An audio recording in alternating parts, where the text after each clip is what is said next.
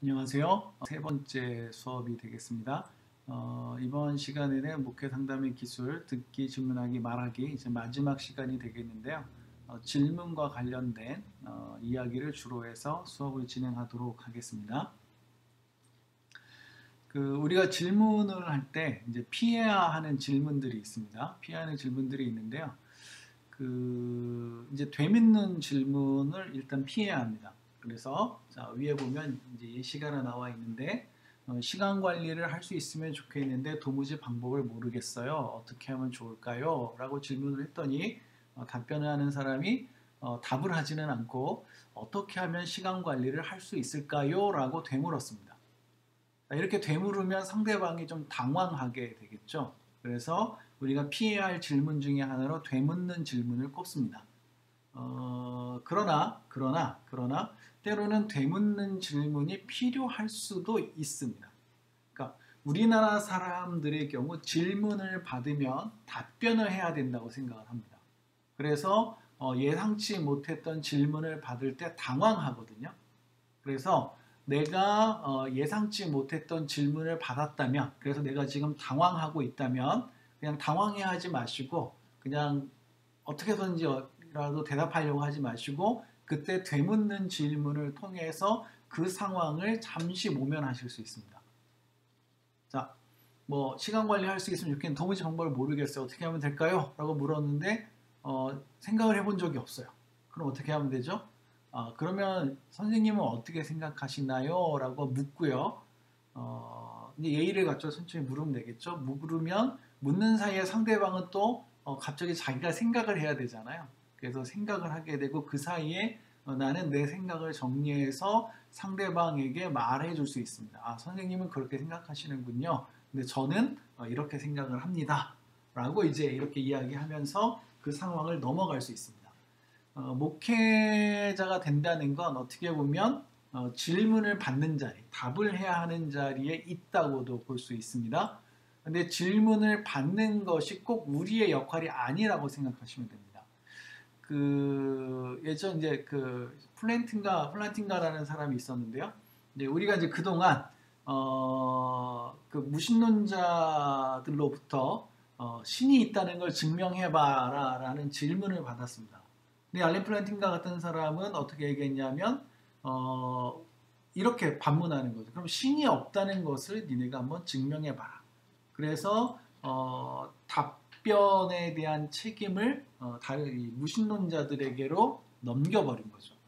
물론 이제 이 방법이 좋다라고 말씀드리는 건 아닙니다. 대신 그럴 수도 있고 그렇게 해야 될 때도 있다. 그러나 되묻는 질문은 대화에서 좋은 건 아니다. 좋은 건 아니지만 필요한 상황에 따라서 우리가 적절히 하는 것은 때로는 도움이 될 수 있다는 사실을 여러분들이 기억하시면 되겠습니다. 그 다음에 한 번에 여러 개를 묻는 질문을 하시는 분들이 있어요. 이건 뭐 비단 여러분들만의 문제가 아니고요. 학회를 가봐도 학교에 가면 교수님들이 나 있고 박사님들이 와 계신데 그분들이 질문을 하는 걸 봐도 제대로 질문을 못합니다. 네. 그래서 한 번에 여러 개를 묻는 경우들이 생각보다 많은데요. 한 번에 하나씩만 질문하시는 게 좋습니다. 그리고 여러 개를 해야 된다면 내가 당신에게 몇 가지 질문이 있는데 하나는 이거고 둘은 이거고 셋은 이거다 라고 나누어서 명확하게 질문을 하시면 좋죠. 어떤 분은 질문인지 아닌지도 모르게 묻는 경우가 있는데 자, 우리가 상담을 해야 할 때도 마찬가지입니다. 상담을 해야 할 때도 내담자에게 질문을 한다면 한 가지만 질문하시고 그것에 대한 답이 나오면 다음 질문을 하시는 게 좋습니다. 그래서 질문은 한 번에 여러 개를 하면 안 된다.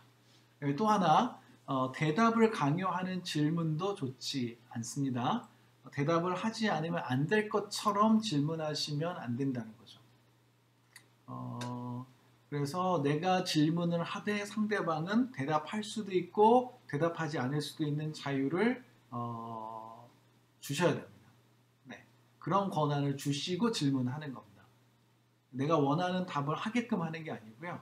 예스도 할 수 있고 노를 할 수도 있는 상태로 질문을 해주셔야 되고 대답을 할 수도 있고 대답을 하지 않을 수 있는 상태로도 우리가 질문을 해야 되는 거죠. 이제 우리가 목회자가 되고 나면 이제 간혹 이제 강요하는 질문을 할 수가 있는데요. 우리가 항상 기억해야 될 것은 대답을 강요하는 질문보다는 네, 자유롭게 대답할 수 있도록 yes, no가 아니라 yes만 강요하는 게 아니라 yes, no로 다 대답할 수 있고 또는 대답도 할 수도 있고 안 할 수도 있는 상태로 질문을 하는 것이 좋습니다. 자, 효과적인 질문에 대해서 잠시 생각해 보겠는데요.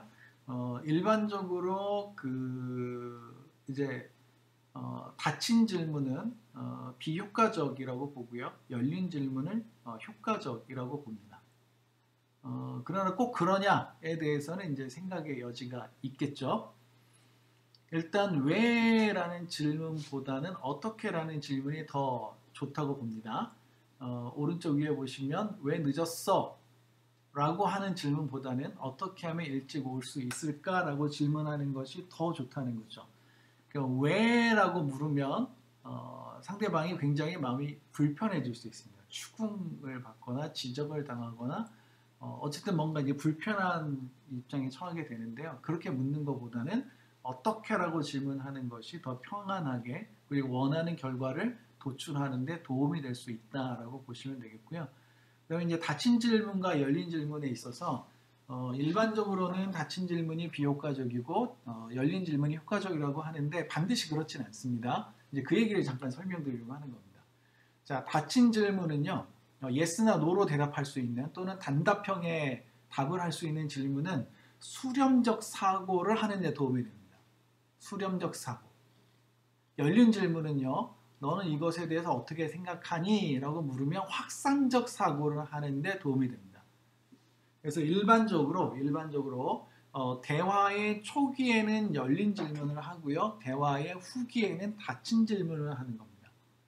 자, 교회에서 목사님들이 설교를 할 때도 초기에는 열린 질문을 하고요. 그 다음에 후기에는 닫힌 질문을 하죠. 우리가 상담을 할 때도 그렇고 닫힌 질문이 무조건 나쁜 게 아니고요. 적절하게 쓰이면 좋습니다. 또 이 닫힌 질문은 선택을 도와줍니다. 선택. 열린 질문은 자유로운 의견 제시를 가능하게 해주죠. 그래서 상대방의 이야기를 많이 끌어내려고 할 때는 열린 질문을 하는 거고요. 그 다음에 선택을 할 수 있도록 도와줄 때는 닫힌 질문을 하는 겁니다. 그리고 그 열린 사고가 되어 있지 않은 사람들을 끌어갈 때도 닫힌 질문이 도움이 될 수 있습니다. 자, 닫힌 질문은 명백한 사실만 요구합니다. 이거 아니면 저거죠. 자, 명백한 것만 요구하고 열린 질문은 감정까지 끌어올릴 수 있습니다. 그 열린 질문을 하면 안에 있는 것이 나오다가 감정까지 끌어올라오거든요. 그래서 그냥 단순하게 닫힌 질문은 나쁜 거, 열린 질문은 좋은 거 이렇게 생각하지 마시고요. 상황에 따라서 닫힌 질문도 할 수 있고 열린 질문도 할 수 있고 그러나 초기에는 주로 열린 질문이 더 좋고 더 많은 걸 끌어내기에는 열린 질문이 더 좋다는 것을 기억하시면 됩니다. 그러나 이제 우리나라 사람들의 경우는 수렴적 사고에 더 많이 익숙해져 있어서 아직까지는 이제 닫힌 질문이 더 효과적일 수도 있습니다. 그러나 이것은 이제 단편적인 얘기고요. 여러분들이 어떤 것이 더 좋을까 상황에 맞게 의도적으로 질문을 선택해서 사용하시면 되겠습니다. 자, 이번에는 이제 해결 중심의 질문을 좀 살펴보도록 하겠는데요. 현대 심리 치료 이론 가운데 해결 중심 상담이라는 게 있습니다. 그래서 이제 구성주의와 관련돼서 이제 나온 하나의 기법인데요. 이 해결 중심에서는 크게 4가지 질문을 사용하게 됩니다. 근데 이 질문이 우리가 일상 대화에서도 도움이 되고요. 또 우리가 상담을 할 때도 도움이 되기 때문에 이 부분에 대해서 간단하게 이제 언급을 하려고 합니다. 자, 대처 질문이라는 게 있습니다. 대처 질문. 이건 뭐냐 하면 만성적인 어려움이나 위기를 어떻게 견뎌내고 대처했는지를 묻는 질문입니다. 실제 사례 중에 하나인데요. 네, 실제 사례를 이야기하지 않는 게 더 좋겠습니다. 어쨌든 자 이제 뭐 예를 들면 오랫동안 이제 병을 앓아온 분이 있다고 했을 때 원래 이제 그 오랜 병에 긴 병에 효자 없다는 이야기도 하는데 오랫동안 이제 병이 지속이 되면 사람들이 상태가 많이 안 좋아지게 되죠. 그리고 본인뿐만 아니라 가족들이나 주변 사람들도 같이 어려움을 겪게 됩니다. 이런 이제 만성적인 어려움이 되겠죠. 자, 이런 어려움이 있을 때 이렇게 질문하는 겁니다. 선생님은 어떻게 그 어려움을 그 오랜 시기를 견뎌내실 수 있었습니까? 또는 이제 위기였다면 그 위기에 대처하실 수 있었습니까? 라고 이제 질문해 주는 거죠. 네, 그러면 그 만성적인 어려움 때문에 나는 힘들고 아무것도 할 수 없고 무능력하고 무기력하고 이렇게 생각했던 사람이 사고의 전환이 일어나게 되는 거죠. 내가 이 정도를 견뎌낼 수 있는 힘이 있었던 사람이구나라는 생각을 하게 됩니다. 그래서 이제 대처 질문이라는 게 이제 도움이 되실 수가 있고요.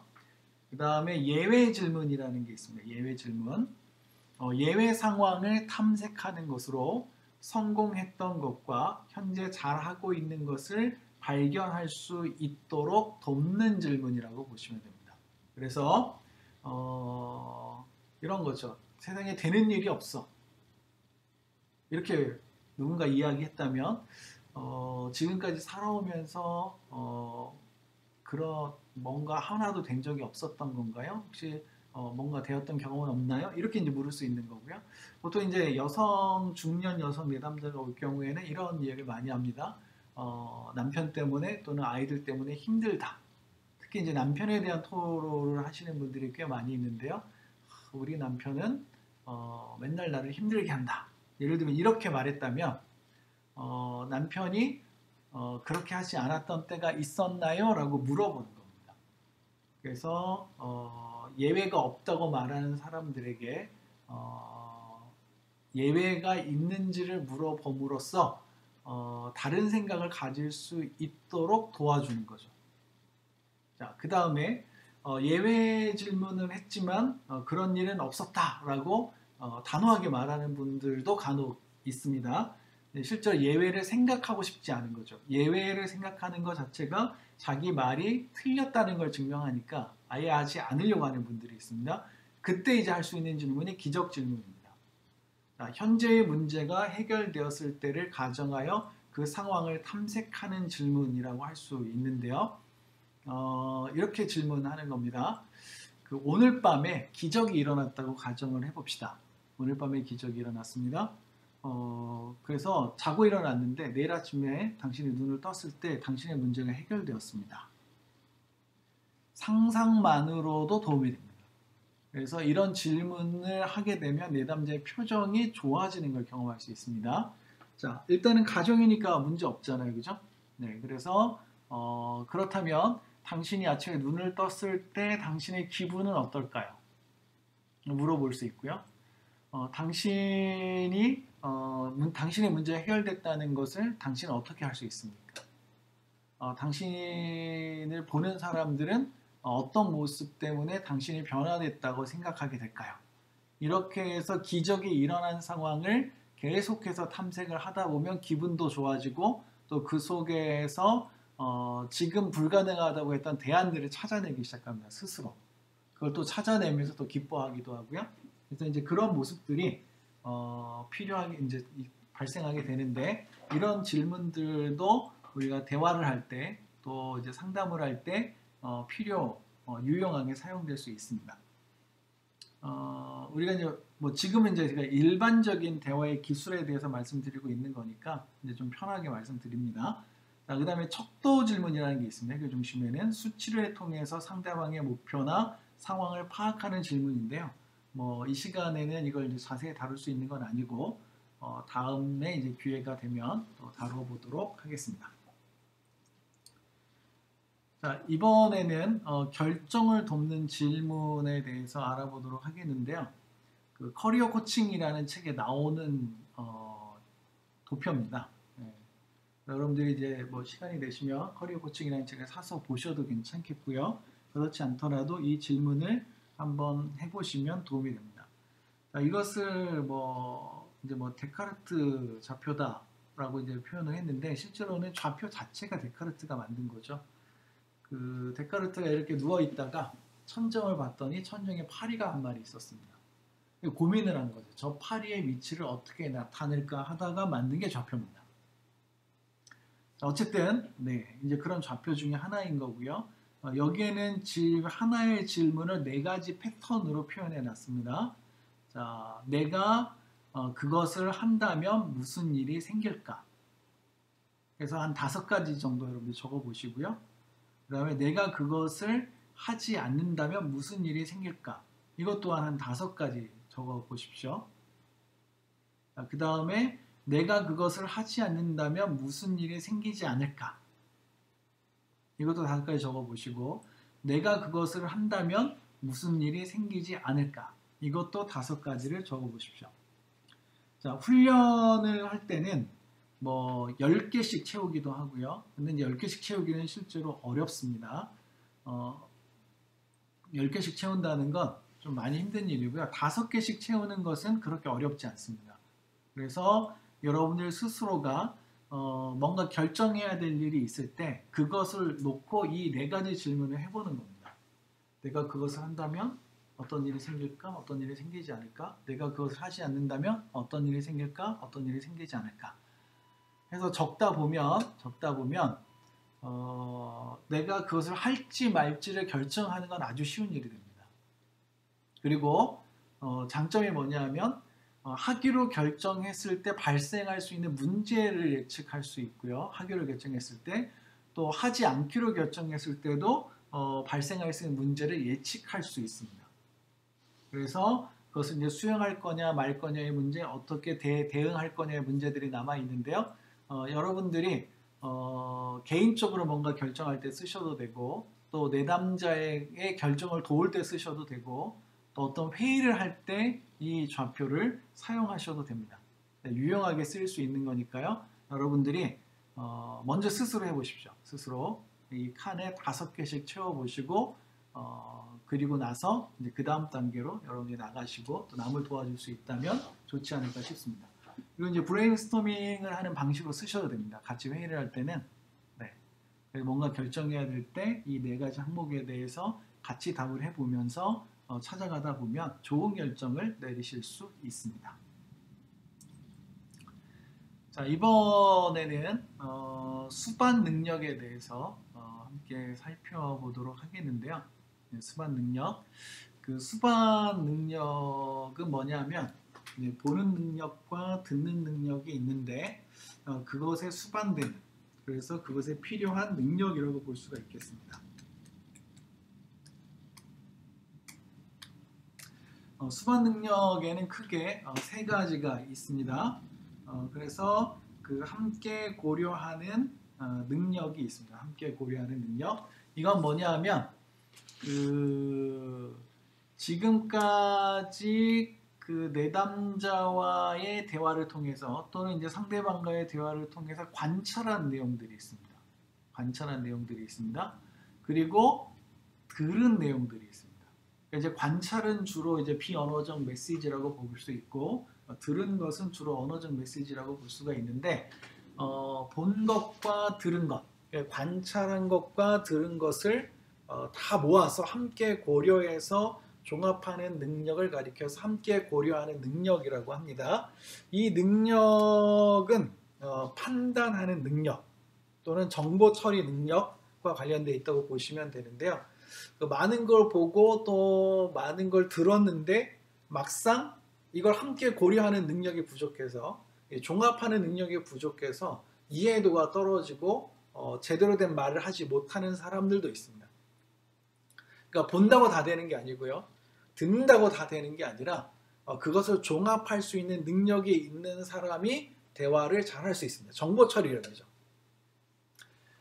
자, 그 다음에 따라가는 능력이 있습니다. 따라가는 능력.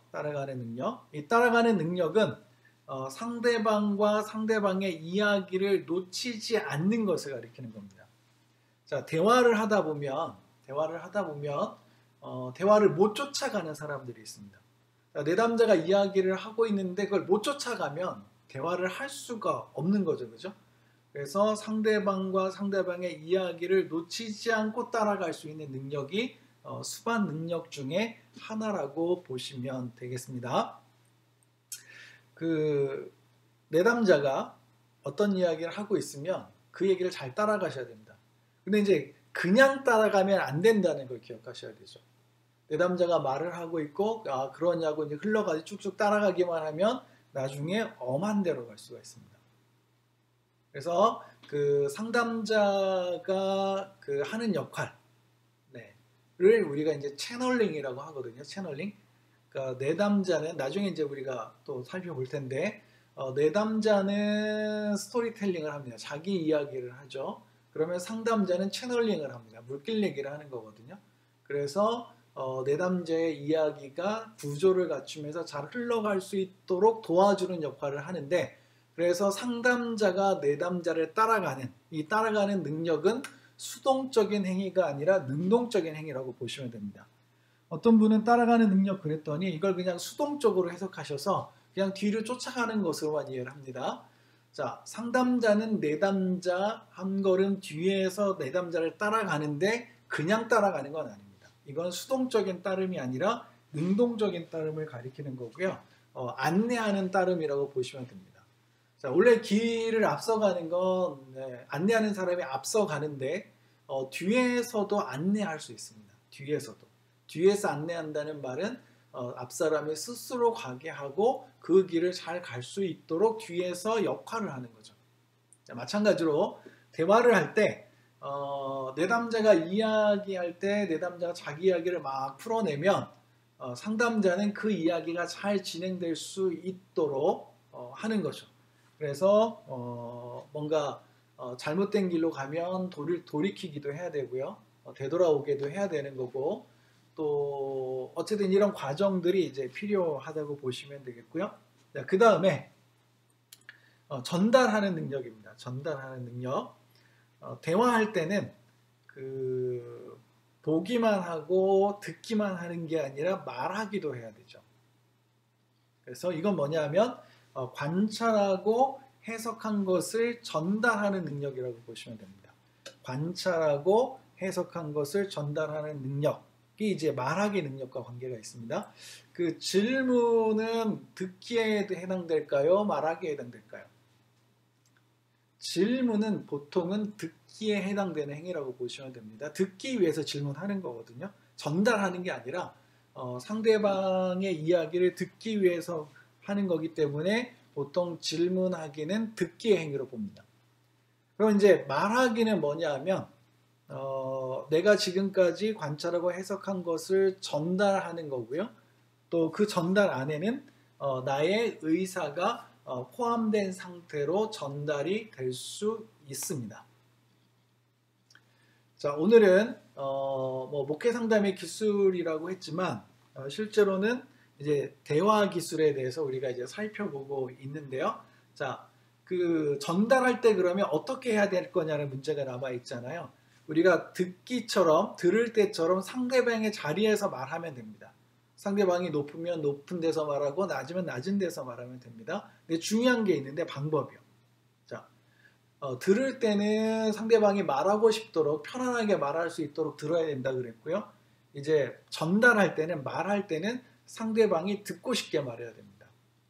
자, 내가 상대방이 듣기 싫도록 말을 해버리면 상대방이 귀를 닫아버리고요. 반응하지 않고 오히려 과민 반응할 수 있습니다. 그래서 내가 말하는 입장이라면 상대방이 듣고 싶도록 표현해야 됩니다. 내가 말을 했는데 사람이 안 들어, 다른 사람이 내 말을 안 들어 그러면 내가 전달을 잘못하는 거죠. 그 사람이 듣기 싫게 말했기 때문에, 듣고 싶지 않게 말했기 때문에 안 듣는 겁니다. 그래서 상대방이 언제 말하면 듣고 싶어 하는지, 어떻게 말하면 듣고 싶어 하는지 이걸 이제 파악하는 거죠. 그리고 목적이 뭐냐면 상대방이 알아듣게 말해야 합니다. 자, 전달을 했는데 못 알아들어요. 초등학교 1학년한테 미분적분 얘기하면 못 알아듣잖아요. 그럼 말하는 사람 책임이라 이거죠. 그래서 알아듣도록 말하는 것이 이 중요한 목적이라고 볼 수가 있겠습니다. 자, 대화는 어떻게 하느냐, 말하기는 어떻게 하느냐, 상대방의 자리에서 상대방이 듣고 싶도록, 그리고 이해할 수 있도록, 알아듣도록 말하는 것이 바로 전달하는 능력이다 라고 볼 수 있겠습니다. 자, 이렇게 해서 수업을 모두 마치도록 하겠습니다. 수고하셨습니다.